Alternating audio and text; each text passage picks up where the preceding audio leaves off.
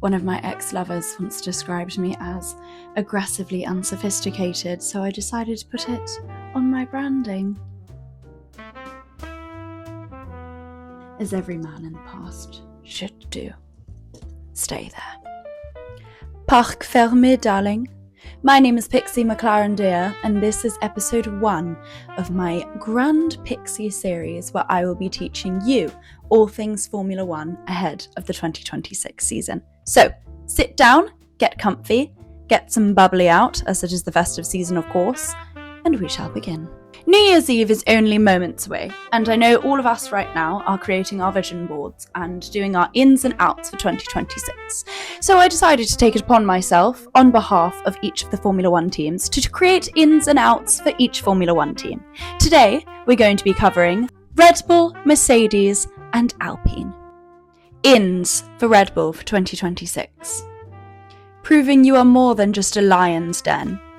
If you hurt our Isaac Hadjar, our sweet little chéri, I have maybe 4 or 5 people's numbers in my phone who could come after you and touch you if you hurt our sweet darling Isaac. Okay? No threat. Also, a bonus in for 2026 for Red Bull. New merchandise. Please can someone get on that, because my papa is a Red Bull fan and I can only refresh your website so many times per year without getting absolutely bored. And do you know how many caps he already has? If all you're going to do is change the look of your caps, well, bring me in, coach, and I'm sure I can do some good. Final note for Red Bull for 2026. Empire maintenance is getting tired, darling. It's time that you step up to the plate and prove that you are a team more than just one driver. I don't like what you did to Ricciardo. I don't like what you did to Gasly. I don't like what you did to Albon. I certainly don't like what you did to Yuki Tsunoda. If you hurt Isaac, just don't do it. Understood? Mercedes, darling, come to the front. It's your turn. Your first and probably most important out for 2026 is the learning years glasses that you seem to have on. I'm not sure what sport or what environment you think you're in, but this whole learning years thing isn't cute anymore. You're so close to being the top. You once were, for a very, very long time. And it's an awful shame to see you fall so far from grace. Out number 2 for 2026 is this whole public soul-searching thing you've developed. Darling, save that for the white girls on Instagram, okay? You don't need to be doing the same thing when you are quite literally at the pinnacle of motorsport. Understood? And I mean all of this with love. Leave that whole thing to everybody on their gap year. Whether it is a gap year or a gap life, who cares? That's not your niche. Don't lean into it. Ins for Mercedes for 2026. Ruthless competence, returning quietly. I think this whole loud persona that you've put on about, stop it. Seriously, it's not cute, darling. Okay? Do it quietly. Luxury doesn't scream. You should know that. And the second in for Mercedes 2026 is winning gracefully. There is no need to be obnoxious. I can't say that word correctly in this lifetime, and certainly not in this motorsport. Number 2 for 2026 for Mercedes is winning gracefully.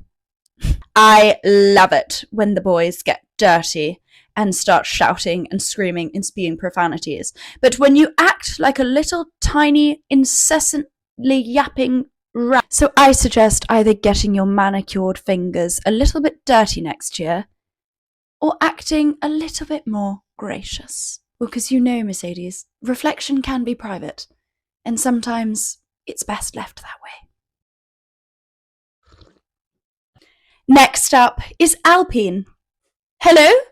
Alpine, are you in the room with us? Oh, you are? Good. Because you certainly weren't in 2025.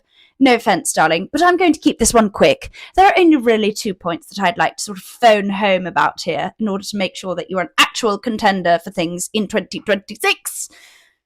Come on, you're better than that. Out number 1 for 2026, explaining the plan. Because, darling, men should be seen and not heard. Do you understand? I'm joking. But in all seriousness, if you have one more moment of trying to explain to us rather than showing us what you could possibly do, if there's another press conference where you go on and on and on about how fabulous and how, oh yes, feeling very confident, and then you don't pull a miracle out of your DRS zone, RIP, then I'm not too sure what you're doing on the grid, if I do say so myself. The other out for 2026 is mid-season identity crisis, okay? Leave that to the Ferrari fans who every single weekend wonder what they must have done in a previous life to be threatened and punished the way that they are.